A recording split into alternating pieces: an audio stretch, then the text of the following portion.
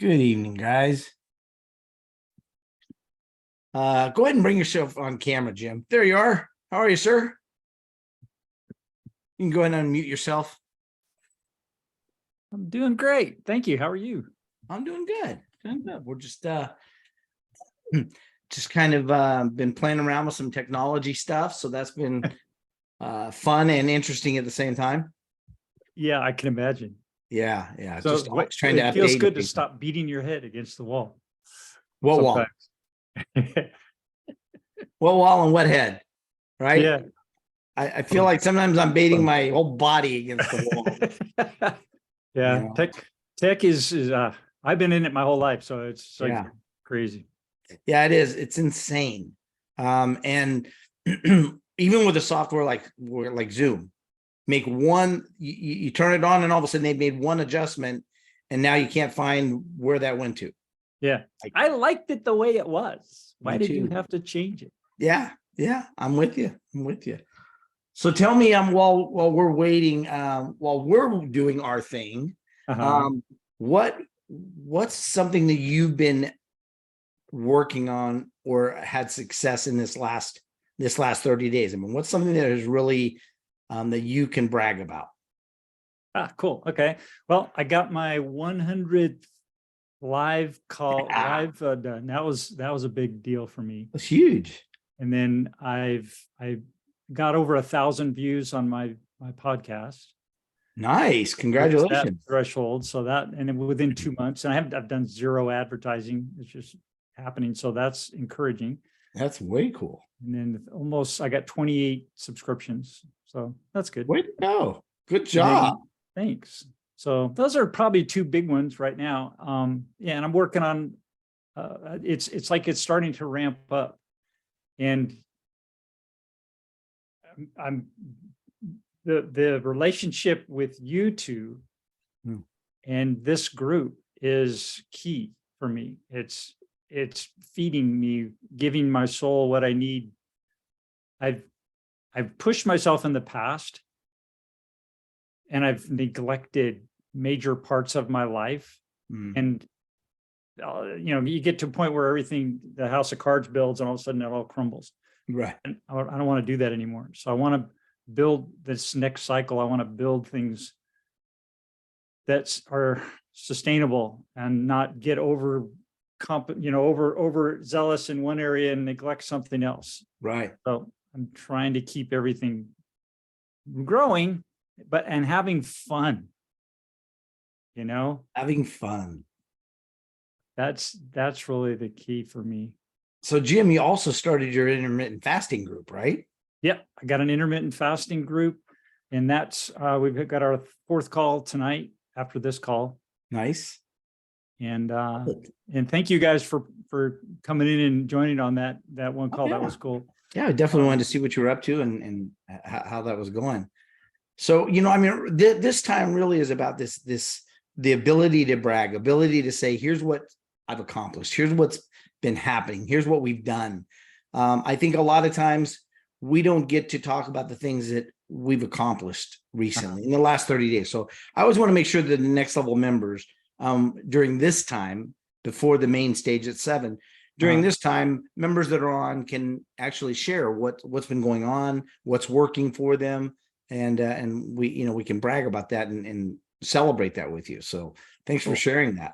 Well, thank you for asking. Absolutely. Flo, how about yourself? I mean, you've had some things happen in the last 30 days since our last NLBA. Yeah. Really ramping up the virtual. It was my second time, I think, in the beginning of the month doing it by myself because I had a co-host. And I finally figured out how to do an e-gift card on my Love that. Yeah, all right. So now I just got to get the newsletter out telling everybody that there's a e-card available. So. And last month, didn't you have your highest sales? That was March. Yes. March. Yeah. Awesome.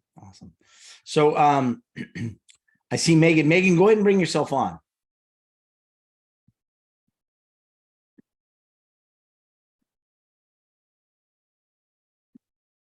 Megan, can you hear us? I had asked her to turn on her camera and she said she'd do it later, so. Okay, well, then, for this time, we need people to be on their camera and on voice, so. We'll just go ahead and, Megan, go ahead and come back on later.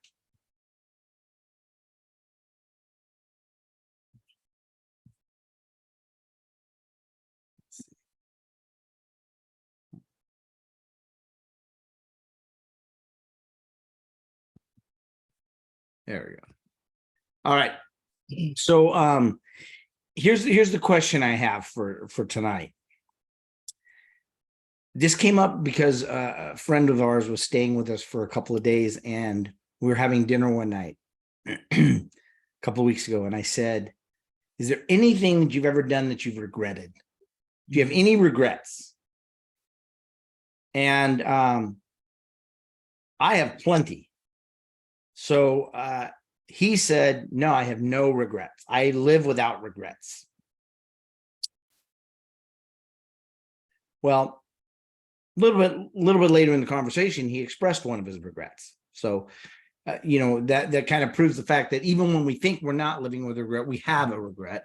Maybe if it's only one. And so we talked about that. And I told him, I said, you know what I found was that if I didn't have any regrets, in my opinion, for me, nobody else, so there's no judgment on anyone, but for me, if I didn't have any regrets, I probably wasn't playing hard enough. And then that leads that whole thing to, failure versus feedback, and, how some people get really hung up with the word failure. I don't. If I try and shoot a bow and arrow and I miss the mark, I call that I failed to make the mark.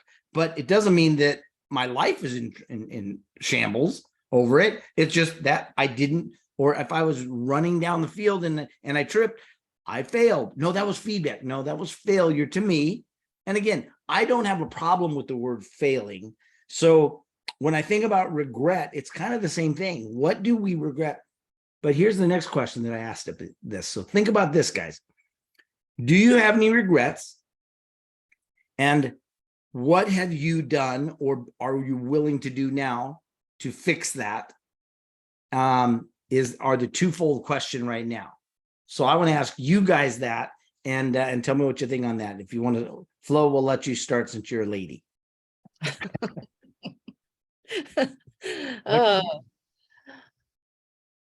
Okay. Yes, I do have regrets, but there's a but. Okay. I try to evaluate them and not make them a regret. So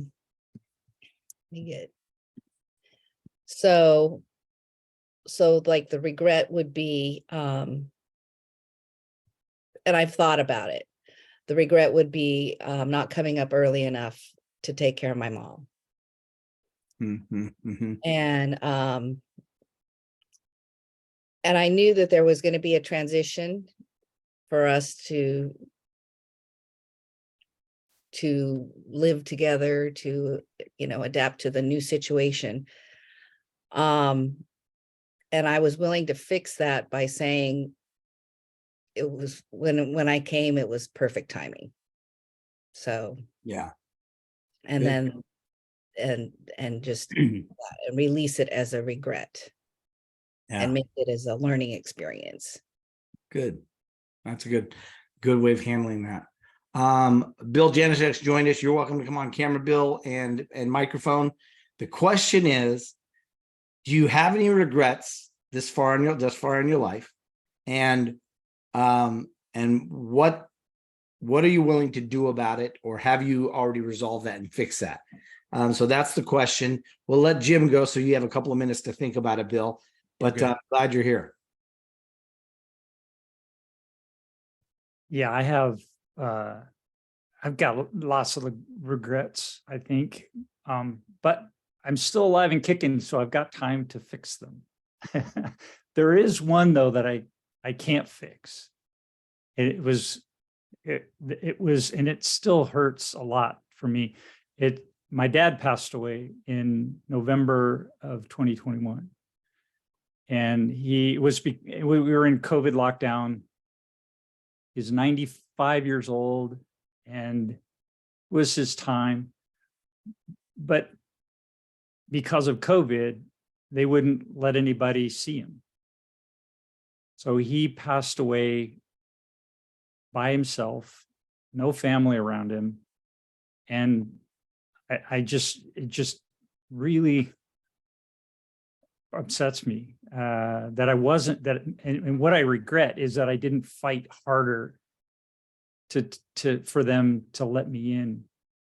I picture myself like going up and just pounding on the door saying, "God damn it, let me in to see my dad. I want to give him a hug." Yeah. Wow. And I couldn't do that. I loved him. I still do. And I know he's still here with me. Yeah. Every Yeah. day he's right here. But that's a regret. Thank you for sharing that. Appreciate that. Mm. Yeah. Bill Janishek, Mike, just so you know, the question that we've asked is, do you have any regrets and have you reconciled them, or what are you willing to do to fix those now? So, but we'll go to Bill and yeah, share with I think us. everybody has regrets, because otherwise we would be living perfect lives. And we always go back in retrospect, and I don't even know where I would begin if I had to detail them. But as of since Next Level by association, and by the people that we meet and the mindsets that we have, I don't dwell on them. You know, I fight with them and I cuss at myself and I whine and I bitch for a little while, but it does me no good to hang on to what had happened, because, you know, that happened over there. And if I'm letting whatever happened back then affect me now, then it's inside me, because that time has passed or that event has passed. I make mistakes all the freaking time. Yeah. And if I had to keep score and hold on to them, I wouldn't do anything. I just be pulled up in a corner with you on the phone, Bob, just saying, you know, help me down, get the gun out of my mouth. So yeah, I mean, the darkness sneaks up periodically, and maybe I shouldn't be divorced. Maybe I should have been, you know, I could have done something to be a better dad or better businessman or better friend or whatever.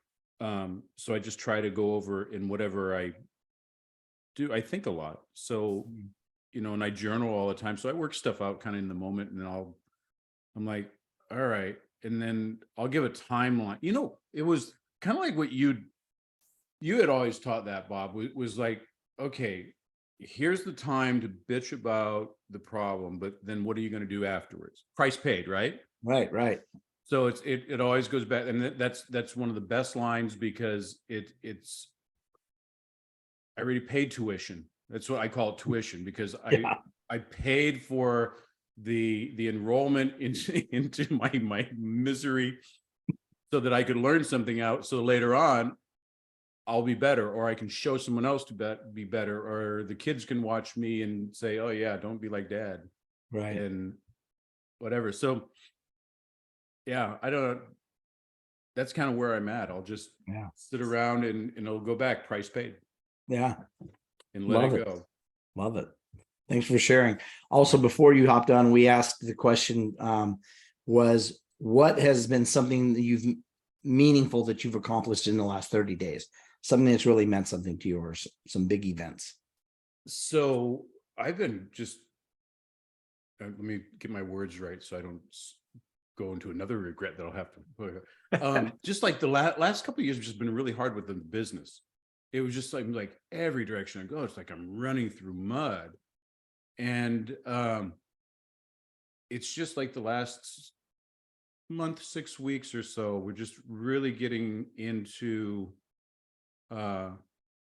just momentum. A lot of things are going right. Just kind of Nice. Sitting up, cleaned up the office, kind of got back into why I do what I do, and focusing on the patient outcomes. I'm getting unbelievable results with the patients. And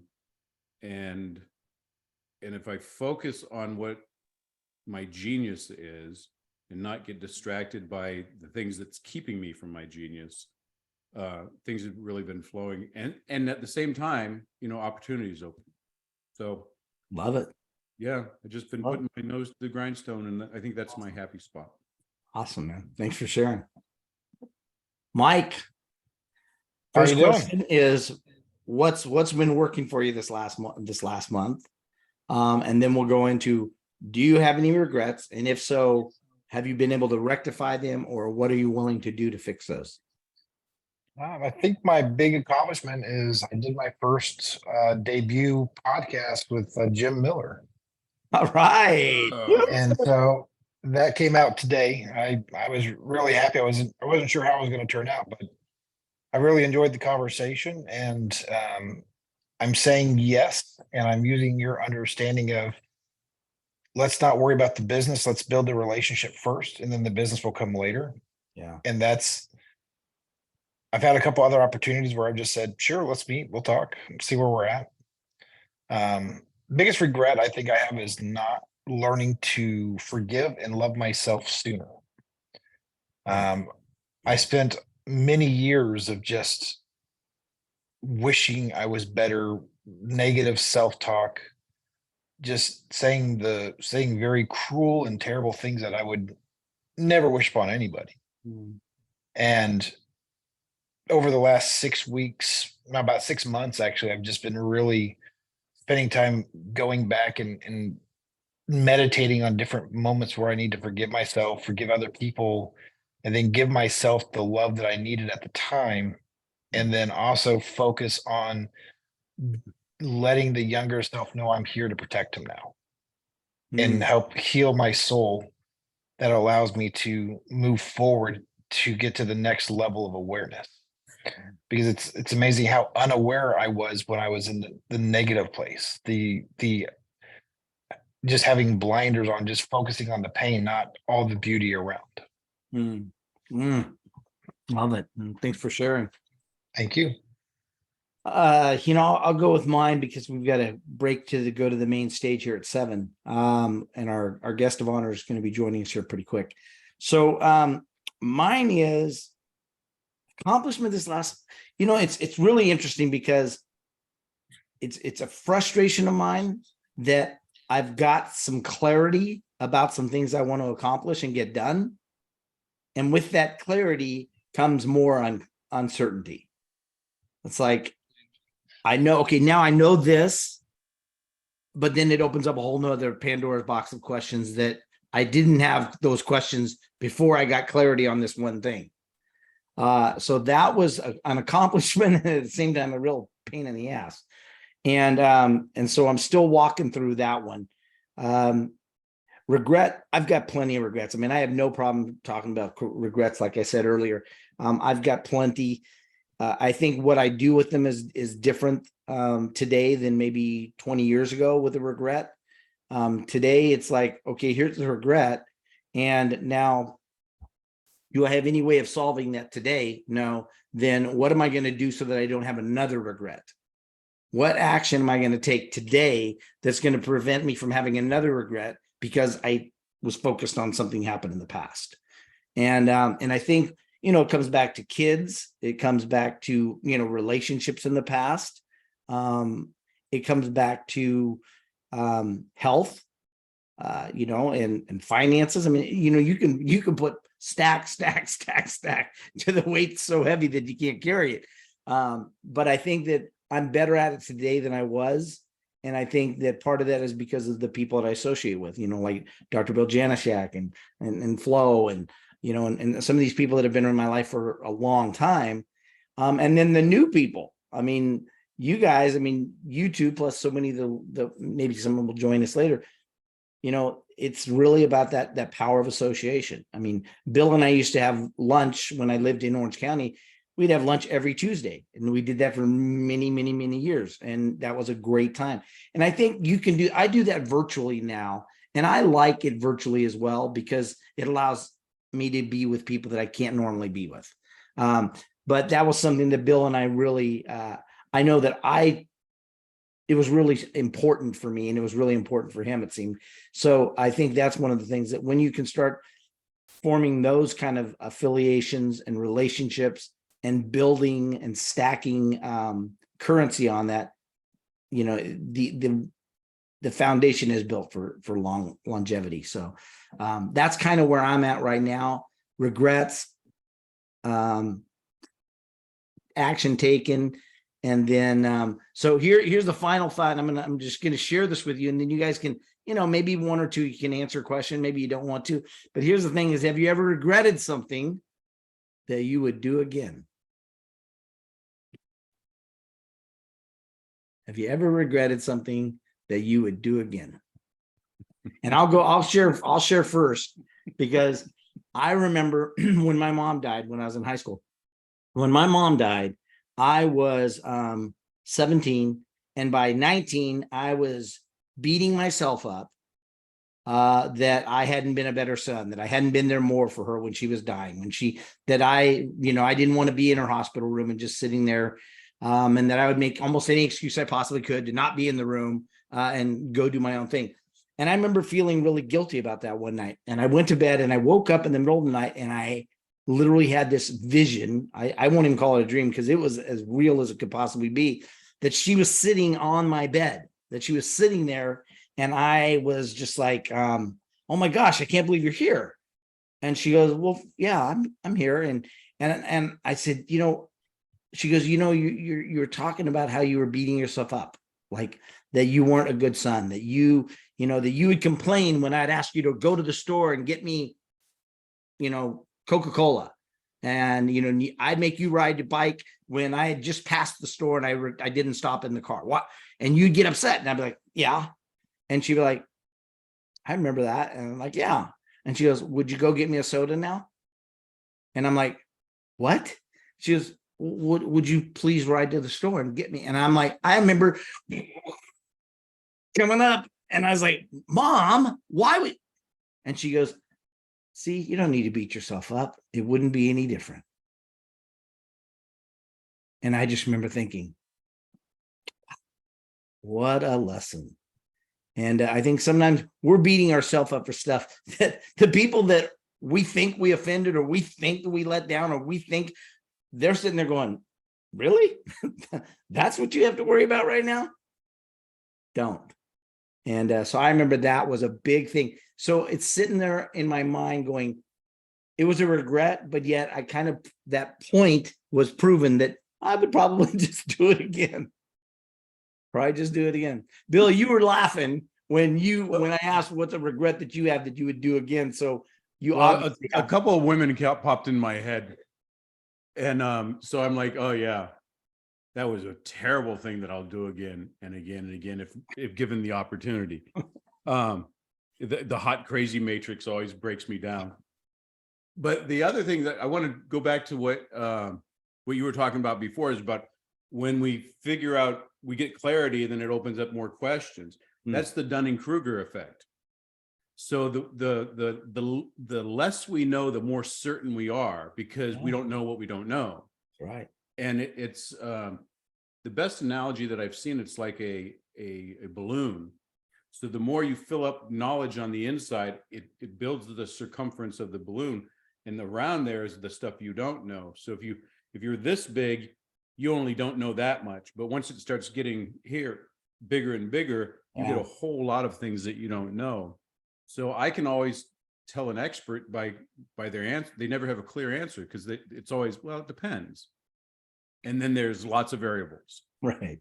So don't beat yourself up on that. Those are just little adventures that we've got to take. Yeah. Agree. But what sticks out in my head, what you were just talking about, the regrets, reminds me of the dance.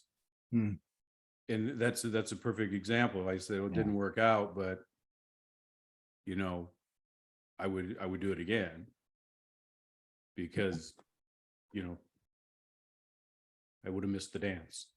Would have missed the dance. And I think whenever we play it safe, I think that's when I regret things. You look back, go, you know what? I should have ran naked down the park over there. It was just a wonderful time. I mean, it would have just been a misdemeanor by then, but you know, I would have had the nice breeze through my hair. The like, so that's what I was laughing Yeah. at. I'm like, yeah, there's lots of cool regrets. Wow. Wow. I just reframe them Yeah. as tu- tuition price paid. Listen, thanks for sharing that. Anybody else have one? Somebody has one they want to share, that's fine. Yeah, I have one. Okay. Yeah, I probably would still do it again, even though I was fighting to even come up here to take care of mom. I Mm. probably still do it. I probably still do it again. Yeah. And just know that, I mean, like Bill was saying, price paid, or that's life sometimes. I mean, we don't always do it perfectly. Yeah. I'm now just reframing, saying, okay, this was her house. It's now my house. So I have to start thinking of it as my house now. And I'm able to release what was hers Mm. Mm. a little more easily. Yeah. So, Yeah. Thanks for sharing. thanks.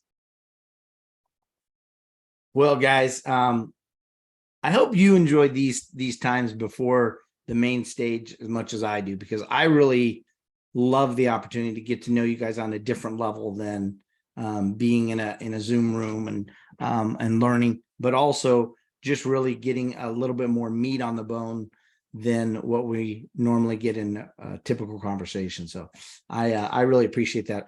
We're going to take a break for about 3 minutes. So get a drink, go to the bathroom, whatever you need to do. At 7, we'll bring Paul on. You're not going to want to miss him. He runs a company called Habit Finder. He used to work for the Augmandino organization. He and his dad kind of ran that organization, and some really, really cool things that he's got that are going to help all of us. So you're going to get to know him a little bit better and a little bit differently than maybe if you've ever watched him on a podcast or anything like that. So he also worked for Jack Welch at GE for several years, putting together his academy. So really interesting information. So go ahead, take a break. We're going to have you guys off of camera. We're going to send this over to the Facebook group, and then we will bring you back on right around 7 as soon as Paul gets in, and we'll open it all up. We're going to have some live Q&A at the end, and it's going to be a really great time. So you still have time to invite your friend to come to if you need to invite a friend, maybe as a guest, you can go over to the little green dot, the little green check mark, I think up on the left, and you can send it right there. You can copy the link and send it over to anyone you want to join to get them on at 7. So guys, we'll be right back in about 2 to 3 minutes.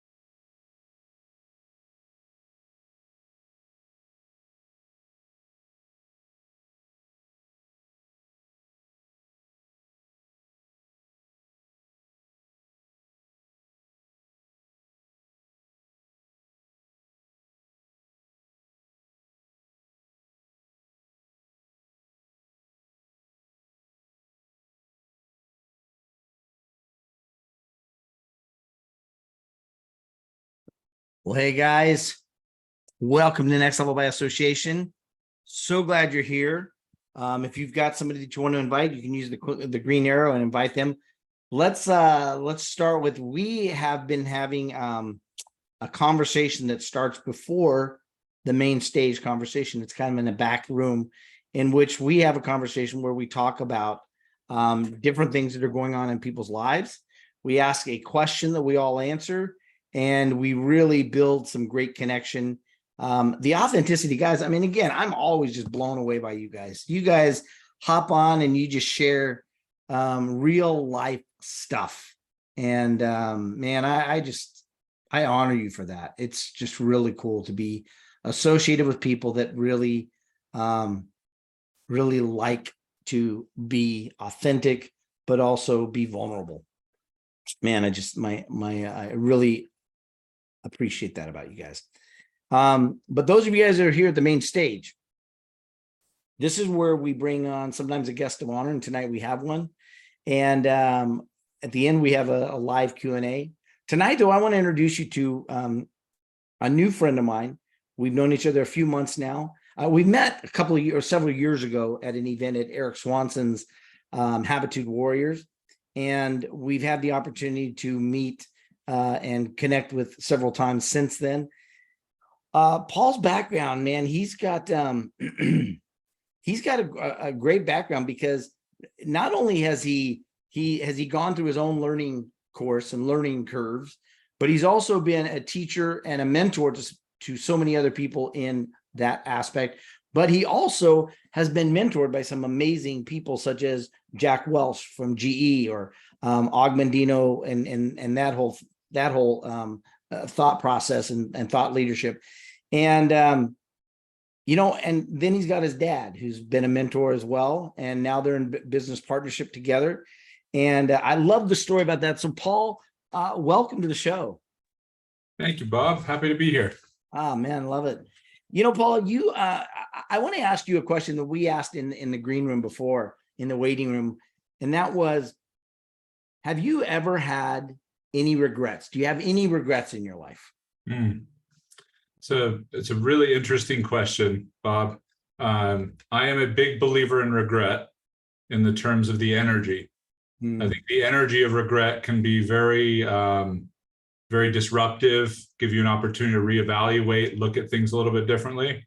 I'm not as much of a believer in regret in terms of any events or actual acts. Okay.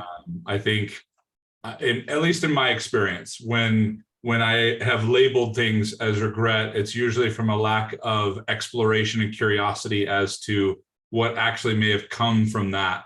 I find that regrets can, at least how most people think of them, can be a very tunnel vision, very myopic, limited view, which is very common in the world today, considering how linear we are taught to think about our lives. Yeah. And we think, I'm here, I want to go there, and anything that's not on track with that, or anything that we don't take advantage of, or that we don't think we could sustain, people can see as a regret until they expand their perspective. And that's what I think the energy of it does for me, the energy of regret. But when that happens, an event of regret just seems to expand into this intricate, giant vision of exploration and curiosity. Wow. That's a great way of looking at it, great way of thinking of it. I appreciate you sharing that. Thank you. Now, with that said, I've definitely done some stupid things in my life. So, but yeah, I don't mean to sound overly zen about it. So for sure. No, absolutely not. I like the short hair. Oh, thank you. You were getting that long hair like I am. Look at this. I've never had my hair this long in my life. And I saw you getting your haircut, and you were saying, I'm going to get my hair short. And I'm like, you know, it's about time for me to do it too. So appreciate you setting the example and kind of kicking my butt in maybe that direction. So whatever I can do for you. Say, I want to talk about, and we've talked about this, but I love the story about you going to work for Jack Welch. And it wasn't just like going to work as a junior underling in GE in this, you know, megatropolis organization, but you actually became intricate and involved in helping him form. Can you talk about, I love the story about how when they told you to fly in because they wanted to talk to you about it, that you didn't realize that you were the only guy they were flying in to talk to about. Can you kind of tell that story? Yeah, absolutely. So 2008 just completely ravaged my business, absolutely wrecked me. For whatever reason, as rebellious as I had been earlier in life around higher education, something just said, go back and finish your degree. And not because I believed a degree would make the difference in my professional life, but I believed completing that commitment. I believe that the things that I needed to do for that would teach me some lessons I didn't totally understand at that point in my life. So I went to a university that had a global operations center here in Salt Lake City. And then, and I actually found out I could work for them. And if you work for them, you get a great tuition benefit, like 90% of your tuition taken care of. And so although I was recovering from the recession and I left about I think $80,000 a year sales job that was just limping me along at the time for $38,000 a year to work at this university and finish my education. So kind of just trust me to my wife and just going with my gut on that. And about a year and a half later, this university acquired what was called at the time the Jack Welch Management Institute. For those of you who don't know Jack, he was the CEO of General Electric from 1981 to 2001. And when he retired, General Electric was the largest, most profitable company in the entire world.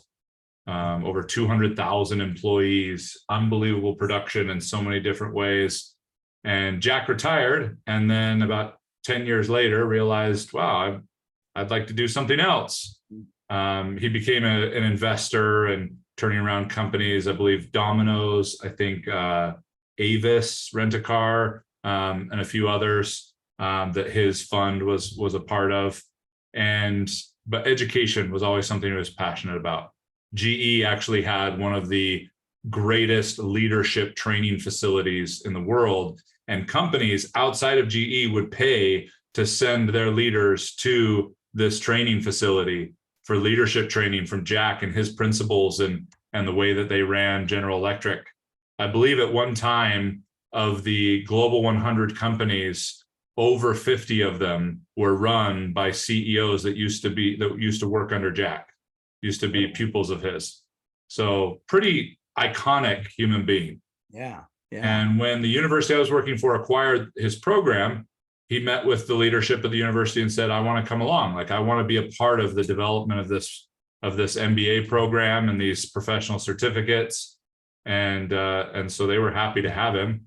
And as this was happening kind of behind the scenes, not public to anyone, I got a text from my VP at the university, where I was now the director of the Global Operations Center out here. And he said, hey, are you renting or do you own your home? It was a Saturday morning. I remember getting the text. I was like, that's a weird question.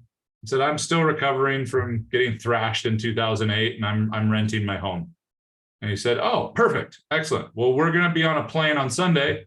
We're going out to Virginia. You're on a short list of people they're considering to be the director of the Jack Welch Management Institute. And Jack is actually a part of it. I was like, wow, that's amazing. Who's Jack? Who's Jack Welch?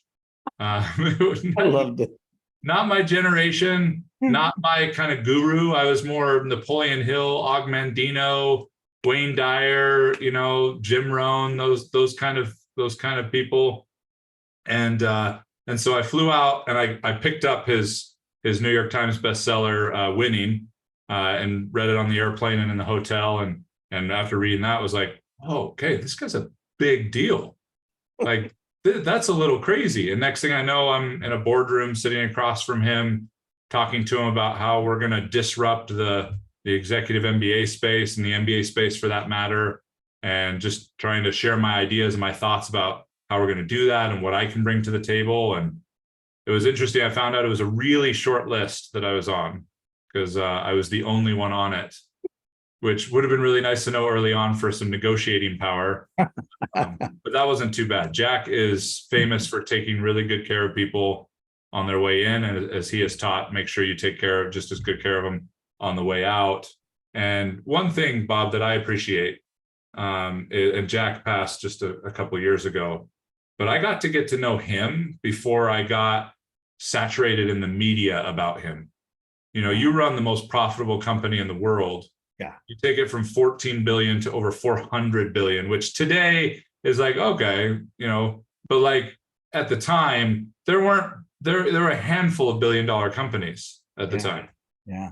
And so really getting to know him, his heart, what he stood for, because anyone's going to be under attack that's got that kind of profile. Sure. And it was an extraordinary several years. We got it to a top 25 MBA program. It was a lot of pinch me moments. I remember texting my dad and being like, you'll never guess where I am. And he's like, where? I was like, I'm in Jack Welch's closet. He invited us up to his penthouse overseeing Central Park, across the hall from Jay-Z and Beyonce's penthouse, by the way.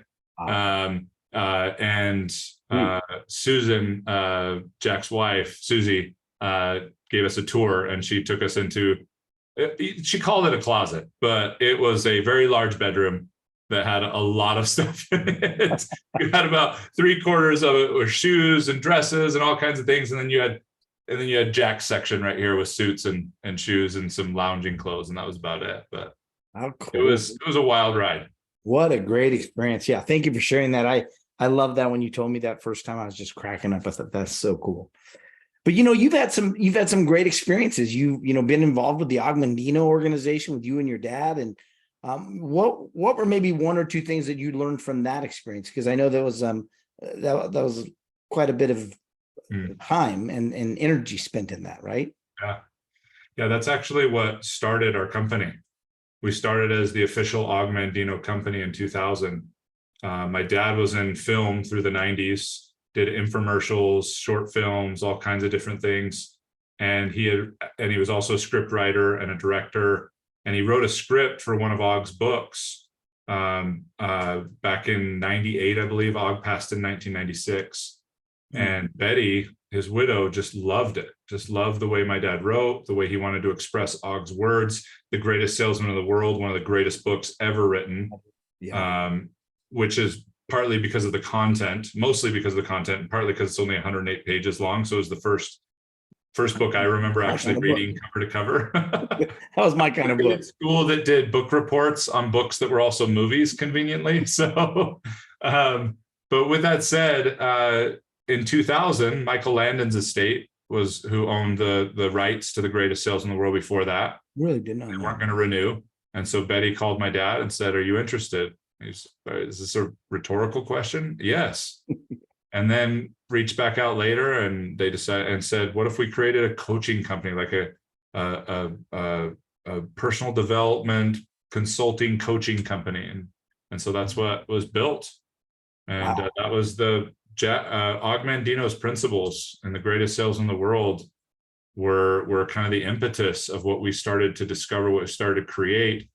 It was actually a very specific verse in scroll 1 of The Greatest Salesman, where Og wrote about the other mind that never sleeps, creates your dreams, and makes you act in ways you do not understand. He was writing 60 years ago about neuroscience and subconscious aspects that we didn't discover until the last 15, 20 years, and some of them even in the last 5. And so we became obsessed with the other mind. And so that we wanted to figure out how to measure it. We want to figure out how to shape that, because as he talks about so chillingly in that book, it's what determines your life. It is set out a path that threatens to imprison your future. And if they're good habits, awesome. Bad habits, not so hot. And we found everybody's got a mix of both. And so we endeavored in our mission to be able to scientifically and mathematically measure those, the actual thinking habits of your brain. And we've spent 23 years and millions of dollars and tens of thousands of hours creating specific practices and programs and principles that can actually shift those patterns, rather than just give you some good ahas and conceptual insights. It's where transformation actually occurs, is in the patterns of the brain.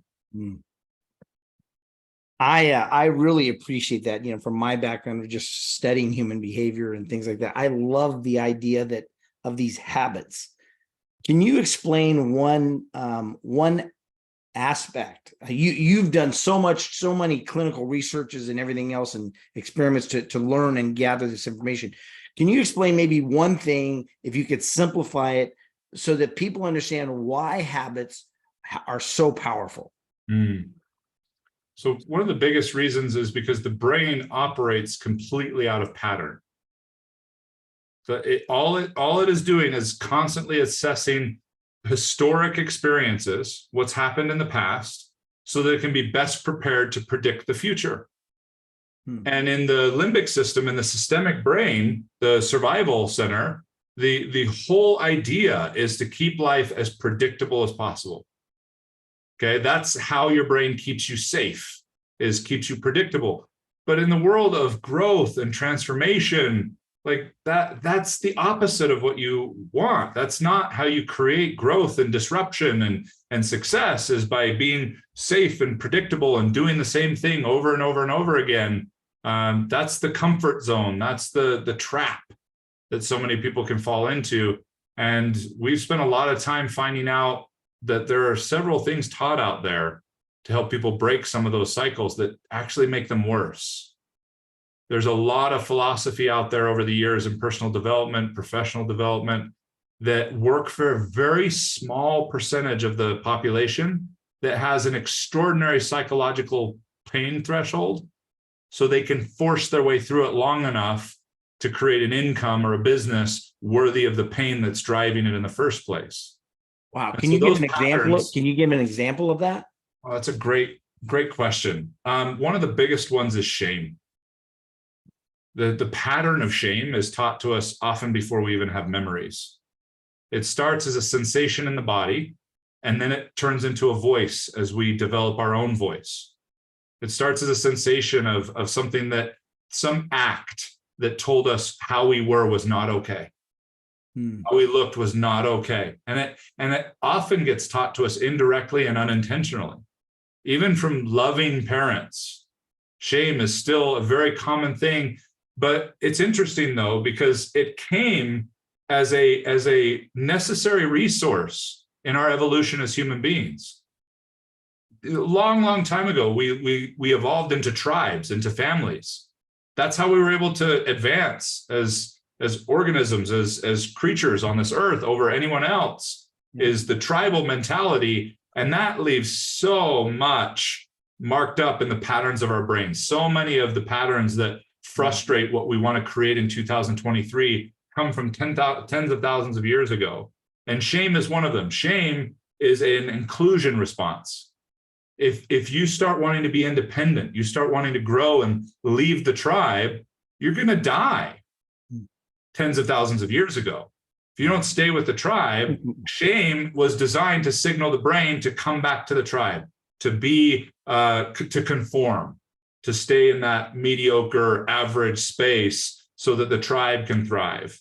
Whereas now with our advances, the tribal mentality is not necessary, but its remnants are still strong, which is also why shame, for example, as a pattern, is statistically more significant in women than in men. If you think about the woman's traditional role in the tribe, we don't procreate, we don't advance, we don't grow the tribe without that role, traditionally speaking.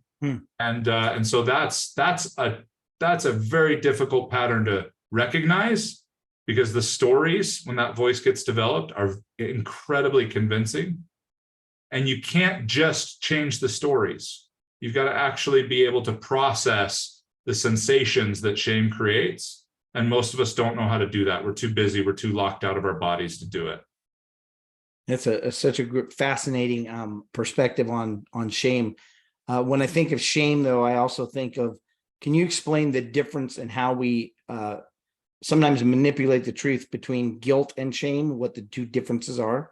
Oh, yeah, absolutely. I mean, you could get into semantic philosophical conversations with a lot of people, but traditionally, you're looking at shame is there's something wrong with who I am, and guilt is there's something wrong with what I did. So they're pretty close to each other, but there's something wrong with what I did. If it doesn't get tied into your identity, that could be really helpful. That can be a helpful signal. Hey, something's not right with what I did. Okay. Now, the challenge with that is most of us have been told what is right and wrong. Most of us have been told what we should and shouldn't do. And it is a massively diverse spectrum depending on your society, your country, your neighborhood, your religion, whatever it is. And so we were taught very early on how to hone that into our identity. And then it just trips into that shame so easily because we identify with our community, we identify with our religion. We can't separate self from belief. We can't separate self from construct. And so guilt and shame often get intermingled quite a bit.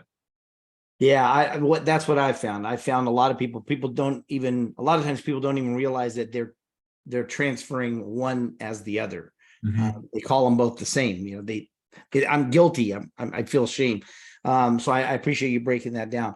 You know, when you talked about you coming into this realization of habits and why habits are so important.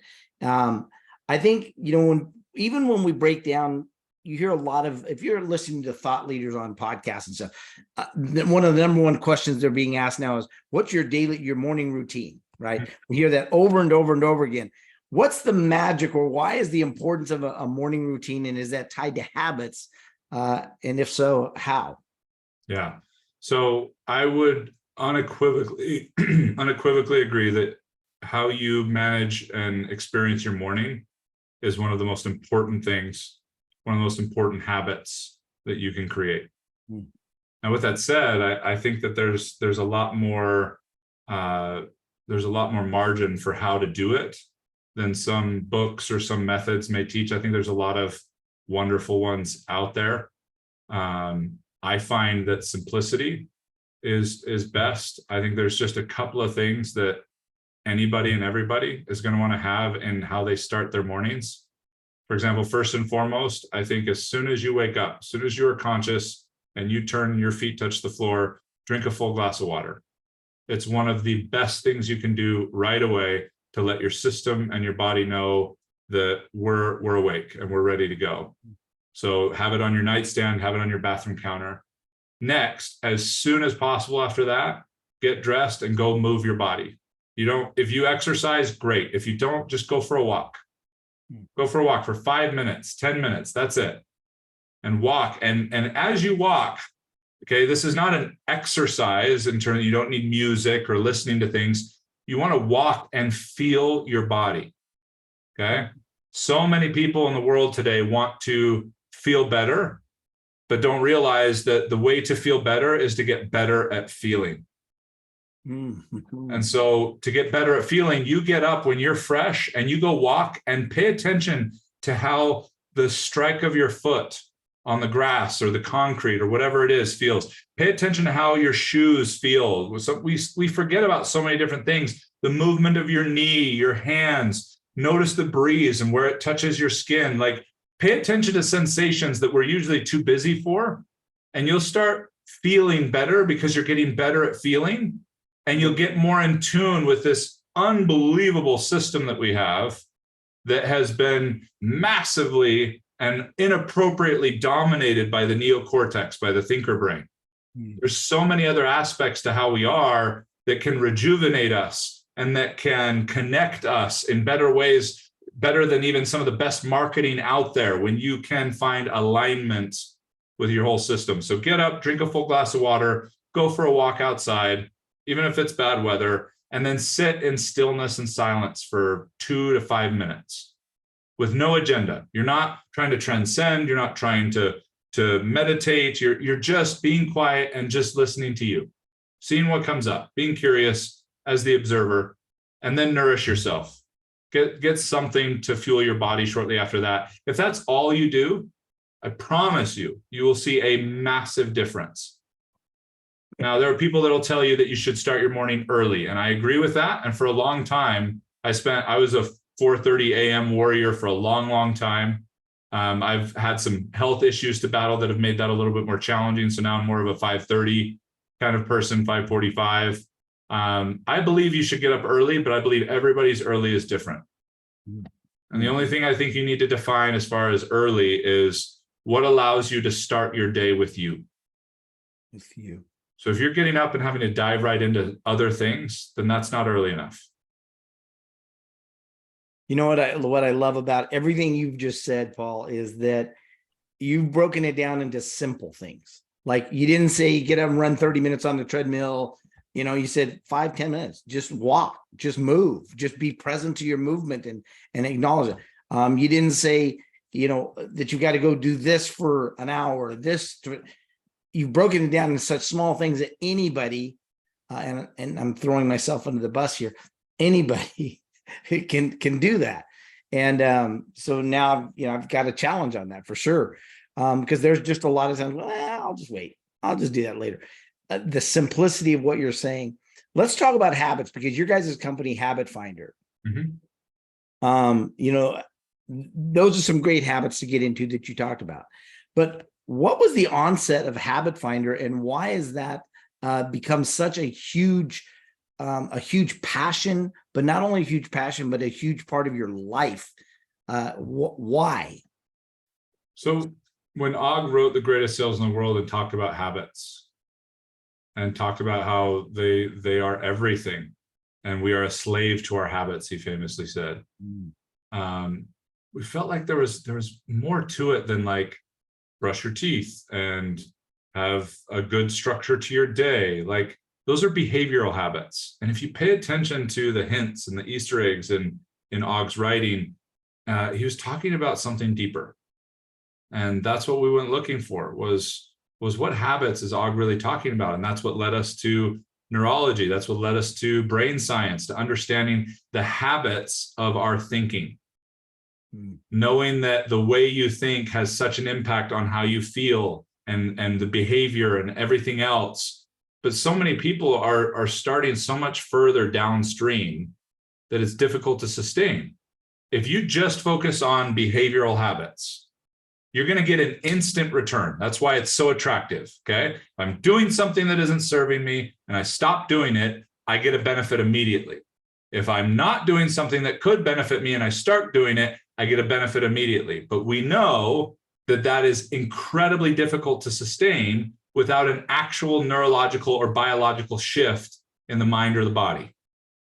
So that's why people love programs that tell them what to do, because they get an instant high, an instant benefit, but then they hate it later.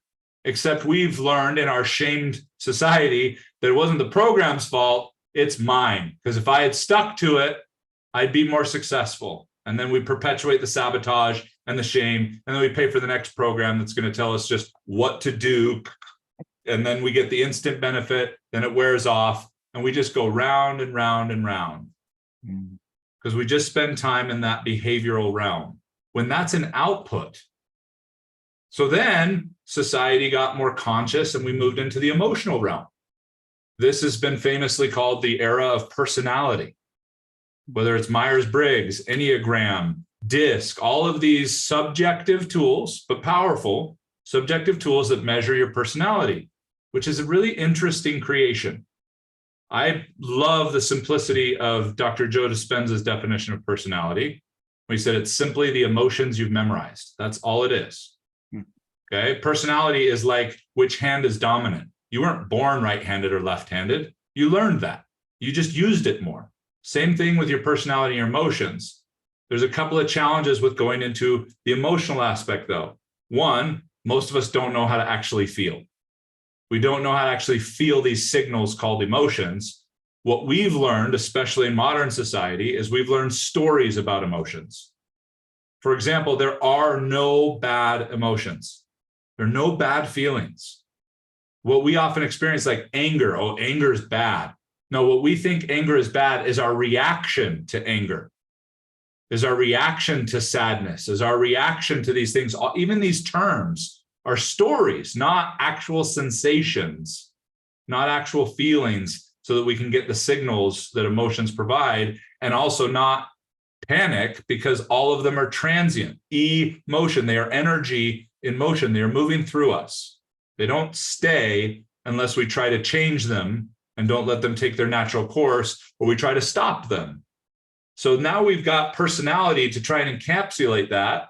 And you got two challenges there. One, to measure your personality, you've got to take a subjective test that you're going to answer differently if you're applying for a job or if you're just hanging out on the weekend trying to figure out a little bit more about you.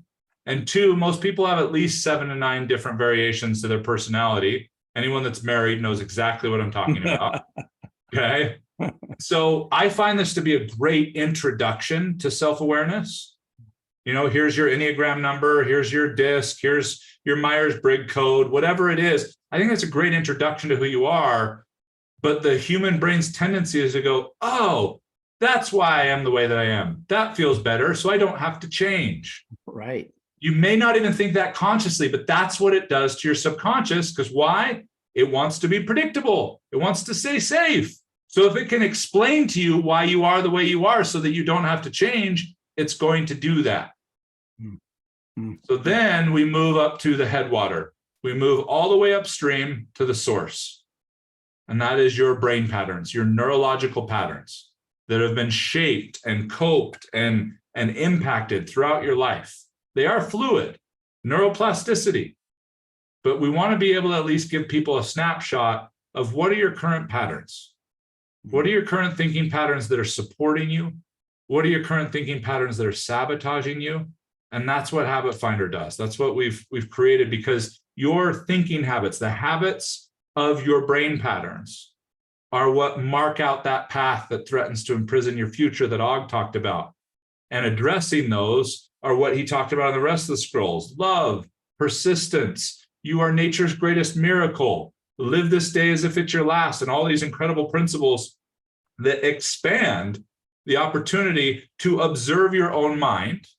And when you can become an observer of your own mind, rather than not be able to tell the difference between your thinking and you, which most people struggle with, especially in any kind of stress or fatigue, which obviously none of us actually experience in this life.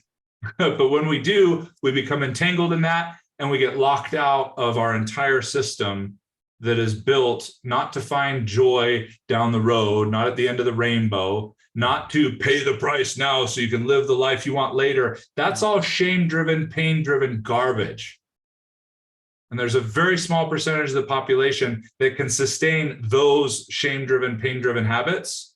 And they've sold enough books and had enough podcasts that the other 99.8% of us think that I can do that too. And we actually think we want to do that. If you've ever read Luke Burgess's book, Wanting, it will blow your mind. That desire, that want, is manufactured. It is much more difficult for a human being to discover what they actually want than they think. So anyway, I'm running all over the place. No, that's great. Luke Burgess is what? Wanting? Wanting. Okay. We'll put that in the notes. You know, I want to make sure that we have some time for some Q&A. So let me ask you this. You guys have done all this research. I mean, you've compiled data from thousands and thousands and thousands.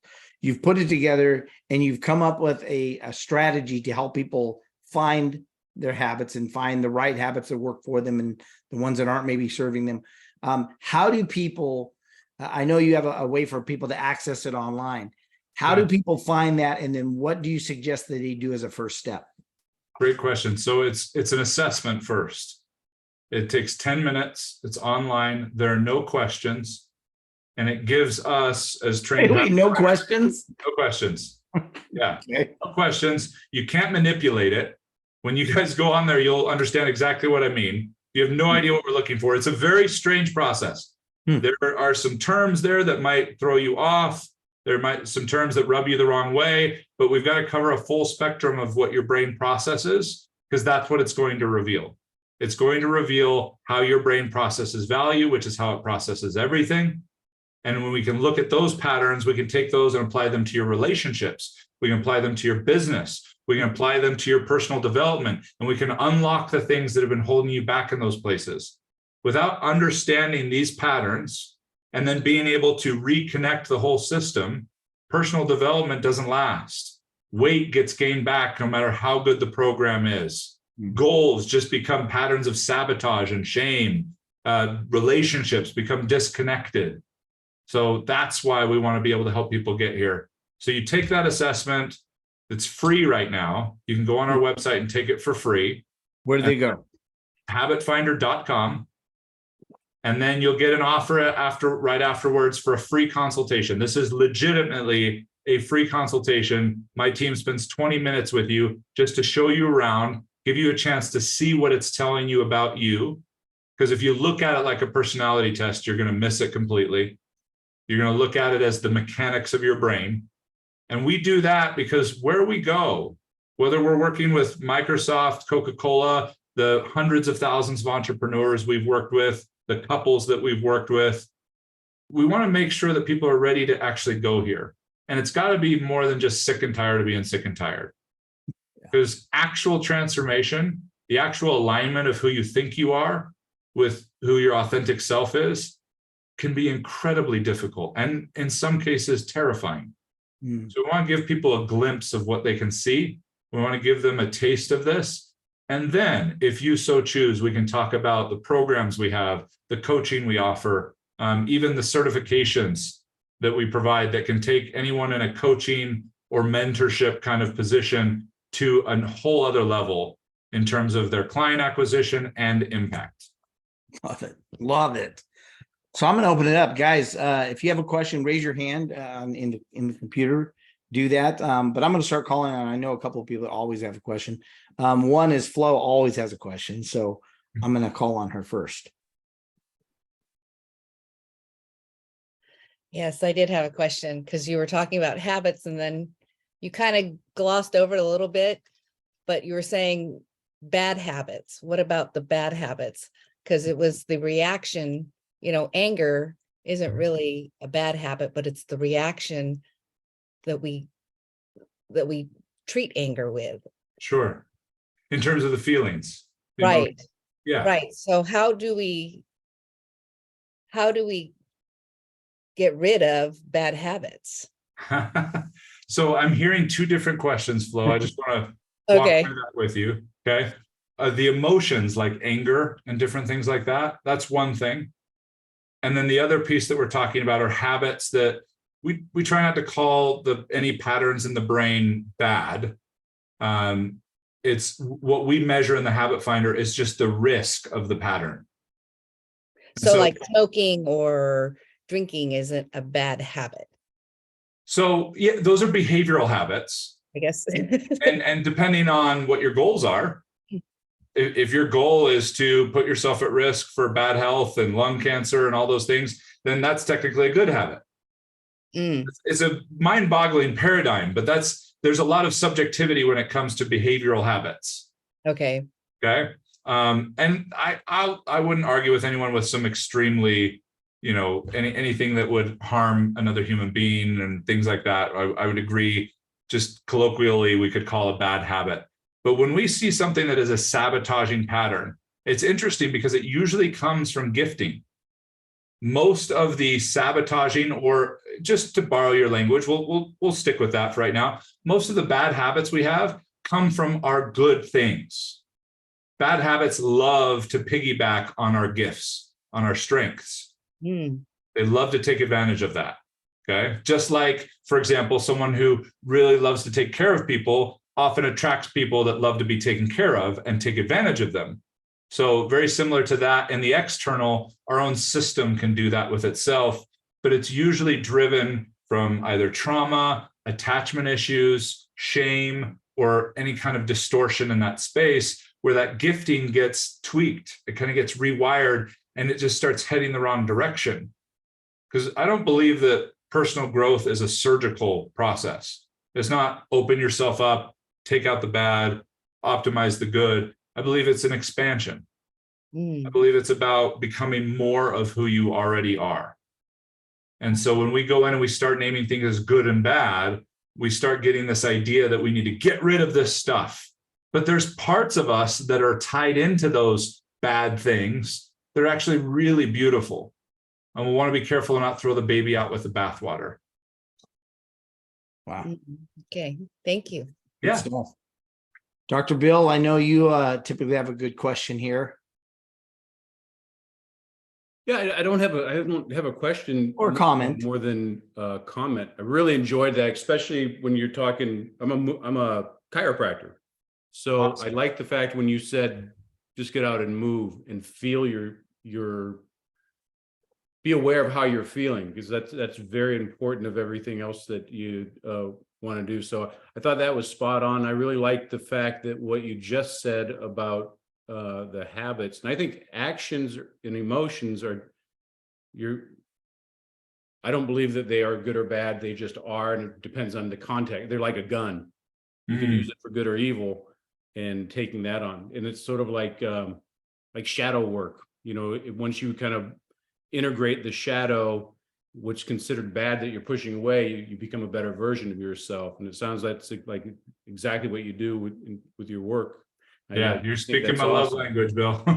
Yeah, I wish I had a question, but I'm just sitting here, I'm just eating this up. I'm like, oh yeah, this dude's right on. Well, you know, and Really genius. the fun thing I love is when you started talking about movement, and you know, hydrating and just doing those natural basic things. Dr. Bill is phenomenal at teaching those things as well, and he's one of the only chiropractors that I know that really spends more time probably researching new things to help his patients. It's just amazing what he does as far as on a consistent and persistent basis. So I knew you guys would be like, firing on all neutrons, just recognizing each other. So Bill's a great friend of mine for 16, 17 I'm quite years. sure that Bill and I both speak the language of embodiment, and that's the game we want to play. Yeah. It's unbelievable what you can actually do with your own life when you actually get into your own body, when you actually separate from all the other stimulus and all the crazy thoughts, and you just find presence, the resilience. We have numbed, as you know, in so many more ways than we ever could. We have numbed two of our greatest tools, our greatest weapons, our intuition and our instincts. Because as soon as something doesn't feel right, we've got technology, we've got medication, we've got so many different things. And I've got sensitivity and a lot of clarity around, like, there are people who need those things, but there's a lot of us that don't. And it's locking us more and more out of our bodies. So I love what you do, Bill. Thank you. Appreciate it. Thanks for sharing, Bill. Teodora, let's bring Teodora, because even though she didn't raise her hand, I want to give you I want to introduce you to Teodora. Teodora has the nickname of Teodorable, because she's just a sweet woman, mother, entrepreneur, and she's just a great human being. And she has a daughter who's 11 named Alma, who's just a sweetheart. And Alma and Teodora, Teodora's a single mom raising this girl. And I love how eager Teodora is to learn new things. But one of the things, Paul, you'll love about her is the same thing I love about her, is when she learns something, she immediately implements it. She's constantly learning to do, not learning to say that she did. And so that's one of the things I love about Teodora. But Teodora, do you have a question or a comment, maybe a thought that you heard? I actually want to apologize for being late. The work we don't even recognize late. Just move on. Thank you. I want to thank you for having this recorded, because Paul, you dropped so many things that I need to listen again and again and again. And I will do that in the morning when I walk. But I do have a few questions, if I may. At the beginning, you talked about your gut feeling and how you just, you told your wife, hey, you got to trust me. You had to listen to yourself. And I know that it's hard to recognize sometimes the gut feeling that we have, because in many instances, doubt is a little more strong than our gut feeling. So help us identify how to go with our gut feeling and just tell God to go somewhere else. So it can be really challenging. A lot of us are taught that when life is chaotic or difficult, we want to find a way to get away from it. We want to find a way to put out the fire. One of the ways that you develop your gut instinct, you develop your intuition, is to actually walk into the fire. There are very specific ways to do that. You want to do it slowly. You want to understand how to track sensation in your body rather than get lost in the stories of the mind. There's a specific mindset to doing that. When I teach mindset, I teach it in a very unique way, that it's not this concept, but mindset is actually a set of minds. And there's 3 primary minds that we have as human beings. We have our neocortex, our thinker mind. We have our mammalian mind, our heart, and we've got our reptilian mind, our gut. Okay. And what's interesting is the thinker mind is way too dominant. We spend most of our time there. It thinks it can solve everything. Okay. And it does have some gifts. The ability to visualize and imagine things that don't exist is incredible. But it also has some access to a pharmacy in our system that can release compounds that make us feel like what we're dreaming about or thinking about has actually happened. And this can be detrimental because neurologically it creates a new mental construct. Then we realize our reality didn't change. It's very painful, and everybody reacts to that differently. And it causes us to distort and get locked out of the mammalian and the reptilian aspect, that gut instinct, that heart intuition. And so to be able to start working through that, you're going to want to be able to start feeling your own body. And when you feel something you don't like, let's say you're having a tough day, something triggers you. Okay. We call it a hijack. Something hijacks you. Okay. The last thing you're going to want to do is figure out how to change it. Okay. You're going to want to get still. If it's really intense, keep your eyes open and just find something soft to look at.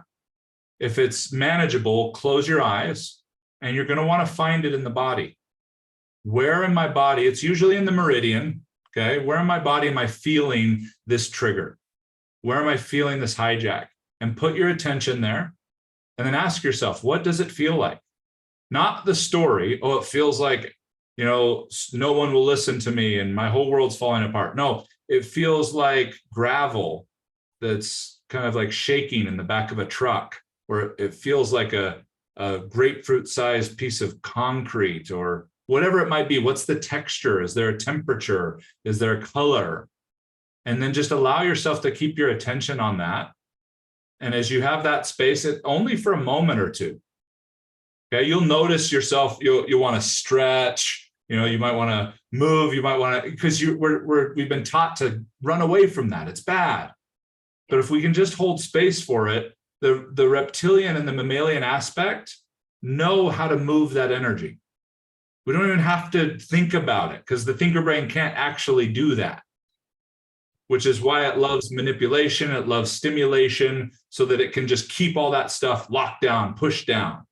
If you've read Bessel van der Kolk's The Body Keeps the Score, this isn't imaginary energy. This is real energy. And when we get triggered or hijacked, all it did was ping off of stuff that's already in there.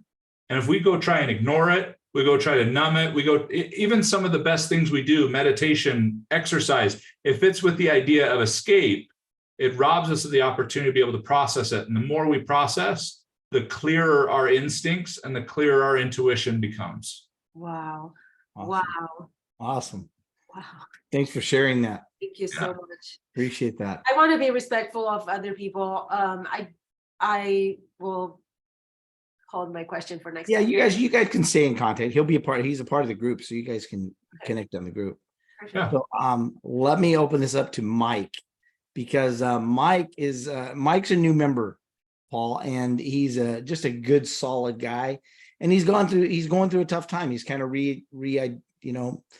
identifying himself and getting his went through a divorce, and he can tell you more about that stuff. But I think one of the greatest things about him is he's a go-getter. He literally wants to be better every day, and I think habits are going to play a really big part in that. Because I know some of the habits that I've had in the past, I've had to let go of and adopt new ones.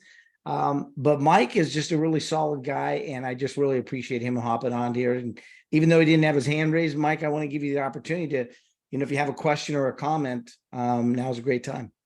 Paul, meet Mike. Appreciate it. Thank you so much. Nice meeting you. Likewise. So as what I find is that I have a hard time keeping up with the habits. So I'll start a new habit, I'll start feeling better, and then I want to add to another habit, and then that first habit goes away, and I'm cycling through habits all the time, but I'm not sticking with it? How do you just recommend going back to those simple, drink the water, walk, feel your body, sit for, just do something very simple and just stick with it for a period of time? Or Yeah, that's a phenomenal question, and oftentimes massively taken for granted. We believe we have way more capacity and willpower than we actually do. It's pretty finite on a daily basis. Until it gets into an actual neurological pattern, then it requires way less energy, kind of like taking off in an airplane versus when you're actually at altitude, or a rocket breaking through the atmosphere. And I remember a while back, I had a flashback to a Ricky Lake episode. For those of you who may remember, she was kind of the trailer park Oprah, if you will. And there was a gentleman on there who was on there telling about his story. He weighed over 500 pounds, and no one would work with him. No one would help him. He knew he was going to die a young death if he didn't do something. He was in bed all day, had a catheter because it was very difficult for him to get up. If he had to go to the hospital, they would have had to remove a wall and take a crane out. And Ricky heard his story and finally found someone who would work with him. And it ended up being Richard Simmons, who is just a flamboyant, high energy aerobics TV personality. And he went and worked with him. And it just popped right back into my head because it made such an impact on me when I watched it. I remember when Richard Simmons showed up at his house to help this guy, the first thing they did was just clap. That's all they did, because that's all he could do.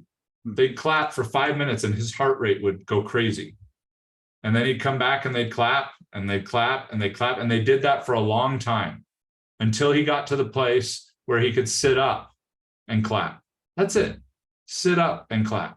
And then he got to where he could stand for a little while and clap. And then he could sit down and clap a little bit more, and then lay down and clap a little bit more. And eventually got to where he could walk. And then it continued to progress from there. But this took a long time. And that is one of the greatest challenges for us as human beings, is we have an unintentional lack of humility in terms of building new habits. We try to do too much. The number one cause of doing too little is trying to do too much. And so we'll want to be clear about what is the next habit that can anchor some other things, like drinking some water, going for a short walk, sitting quietly. That's a pretty simple process. All in all, you could do that in about 11 minutes. And that's a great place to start. And then if we get frustrated there, just start with getting up and drinking water. And do that for a couple of weeks. You're going to try other things. You're going to do other things. But finding that gets us into a rhythm with our own system. We all have a different natural rhythm. And when we get in alignment with our system, we actually are going to start creating a compounding effect. So you think about that gentleman early on who ended up losing 300 pounds and living a long life. He had to start with this. I can only imagine how devastating it was that that's all he could do. And I'm sure it was frustrating day after day after day to just do this and believe that that could get him there. That's our challenge, our very visual minds, okay, that can go 1,000,000 miles an hour. They can create a Learjet in a nanosecond. Okay, create a new business idea, can see ourselves. We go to an event and it lights it up and we can see the best version of ourselves and we feel like we've had a breakthrough, we've changed, and then we go home and face all the reasons that we haven't. Real life, that tick, tick, tick requires that humility, that simplicity, but the compounding effect is underestimated. It's huge. When you're in alignment with your natural flow, one of my favorite ways to articulate the compounding effect, because it's very similar in the way that it happens in terms of our growth, is an analogy I heard once, that if you had a piece of paper that was the average piece of paper is 0.01 millimeters thick.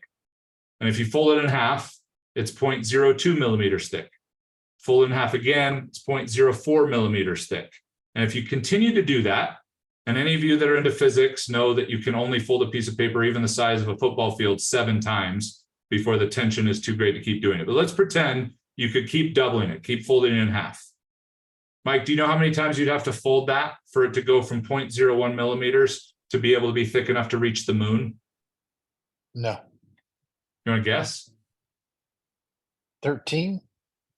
That would be absolutely amazing. Most people guess the other direction, but 42 times.